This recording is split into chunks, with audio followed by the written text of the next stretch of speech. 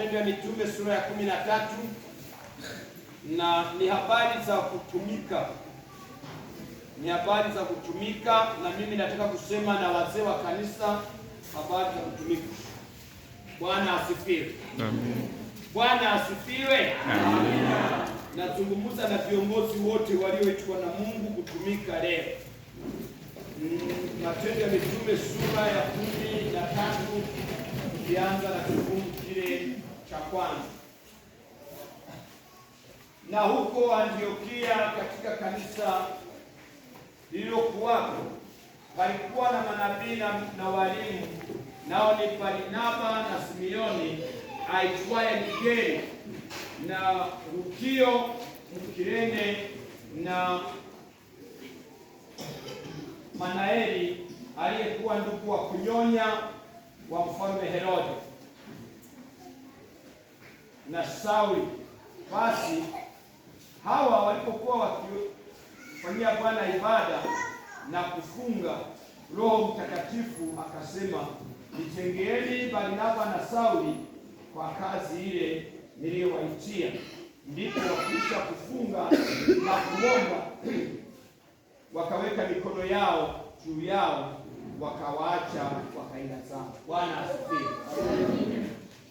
Unasikia utume ulivyo. Tangu zamani kanisa lilipoongezeka, waliweka watu walioweza kusaidiana na mitume. Tunaona Roho Mtakatifu anasimama, anatokea katika watu waliokuwa wanamfanyia Bwana ibada. Anazungumza habari za utume, anataja watu kadhaa. Barnaba na Sauli wametengwa rasmi kwa kazi maalumu ambayo wameitiwa na Bwana waifanye. Anasema, nitengeeni Barnaba na Sauli kwa kazi ile niliyowaitia ya utume. Bwana asifiwe. Wazee wa kanisa, mumechaguliwa na kutengwa kwa kazi maalum ya kuongoza kanisa, kuongoza mitaa yenu kwa muda wa miaka hii mitatu. Wazee wale 12 na wale wazee wasaidizi ambao wapo kwenye kila mtaa.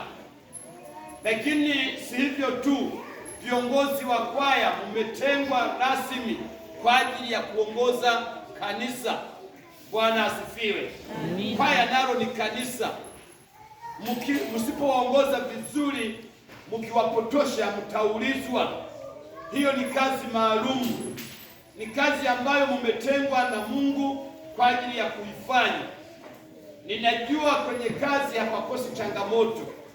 Ni sawa na jinsi ambavyo sisi watumishi wa Mungu, wachungaji, tunavyokutana na changamoto. Tumetengwa kwa ajili ya madhabahu ya Bwana, tumetengwa kwa ajili ya kazi ya ukuhani, tumetengwa kwa ajili ya kuiongoza jamii hii, lakini tunakutana na mateso mbalimbali. Hayo yasitutoe kwenye kusudi na lengo la Mungu kwa kazi ile aliyotuitia. Na wakati mwingine kuna watu watawagomea, wala msikate tamaa. Walimgomea na Musa, walimgomea na Yesu. Sasa sisi ni nani? Na yeye alisema, kama yametendeka kwa mti mbichi, kwa mkavu sikukata. Wenye viti wa kwaya, viongozi wa kwaya, usidhani kwamba hao wanakwaya waliwachagua kwa kiherehere kwamba mtaenda hivyo. Wengine watakuwa vikwazo, kwa sababu hata kwenye wanafunzi wa Yesu wasaliti walikuwemo Yuda. Mnajua hata kwa wanafunzi wa Yesu walikuwemo watu waliokuwa na maswali. Kiherehere wa kwanza kiwa Petro, kila jambo yeye, maswali anayojua na asiyojua. Mpaka wakati mwingine Yesu alifika hatua akamkemea, toka nyuma yangu Shetani, uyawazi yaliyo ya Mungu na wazi yaliyo ya kibinadamu. Wakati mwingine lazima muweke kuwakemea. Kuna waumini wanahitaji, wana maswali magumu, wana maneno magumu. Usiogope kuwakemea katika upendo. Mwakemee katika upendo, mwakemee katika upole, msiwararue. Maana mkiwararua mtaulizwa pia. Bwana asifiwe. Amina. Wakati mwingine mtu anaweza kauliza kuwa hajui, ama anaweza akasema vitu akiwa hajui, akadhani kwamba kila maeneo ni kusema. Na ninyi waumini mtambue nafasi ya wazee wa kanisa. Kuna wengine hamjui kwamba wazee wa kanisa ni watu gani. Mnafikiri tu ni watu wa kawaida tu. Wazee wa kanisa ni wawakilishi wenu mbele za Mungu na mbele za mchungaji. Muwatume kazi na wawatume kazi. Mkubali kuwashauri, lakini pia mkubali kushauriwa. Waumini, Bwana asifiwe. Wazee wa kanisa ndio wanaopeleka taarifa zenu kwa wachungaji. Wengine wanataka kujipelekea taarifa eti wao wana nani. Hamna. Taarifa zingine lazima zipite kwa viongozi wa kanisa na wazee wa viongozi wa jumuiya. Ili ujue ninachotaka kusema, nimalizie kwa kusali, kwa kusoma ile Luka sura ile ya 7. Luka sura ya 7. Angalia. Kuna mtu alikuwa muumini kama mimi, alipopata shida hakwenda kwa Yesu mwenyewe, alituma wazee wa kanisa.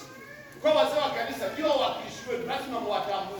Wale msiotambua wazee wa kanisa watambue kwamba ni wametengwa kwa kazi iliyo maalum, kazi ya kuwakilisha kanisa mitaani na kanisani. Jina la Bwana libarikiwe sana.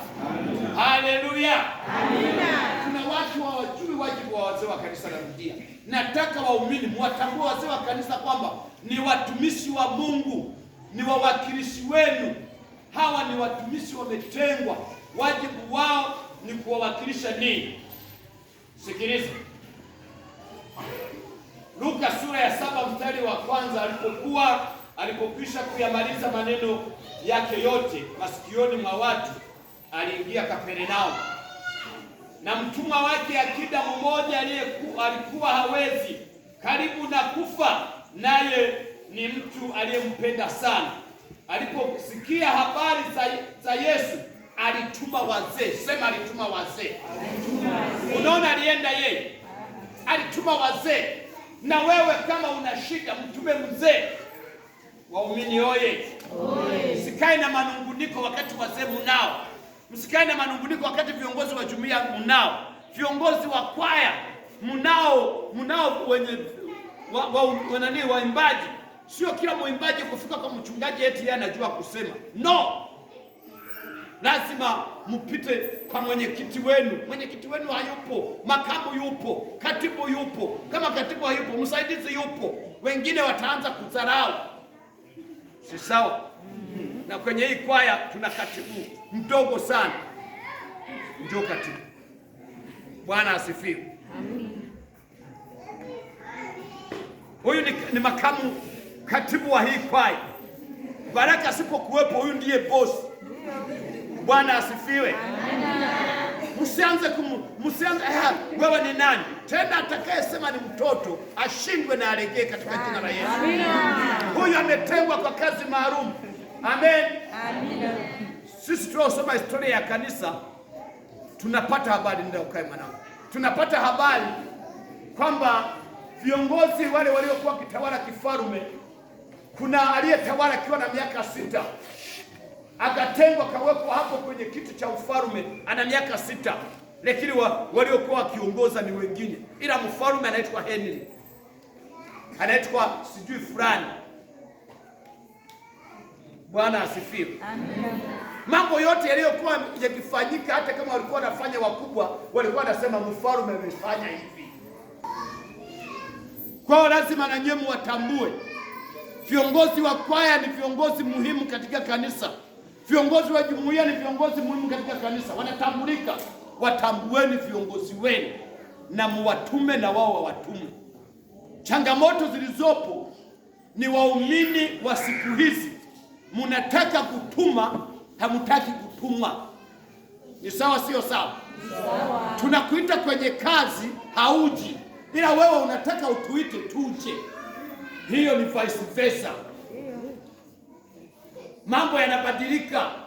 Utakuwa tunakutuma hutumiki, na sisi ukitutuma hatutatumika kwako. Tuone sasa. Halafu utajidai kuhama. Kwani uko kwenye unakuhama hakuna watu. Hii kwaya haitaenda kama viongozi hamtakuwa na nguvu ya kuongoza.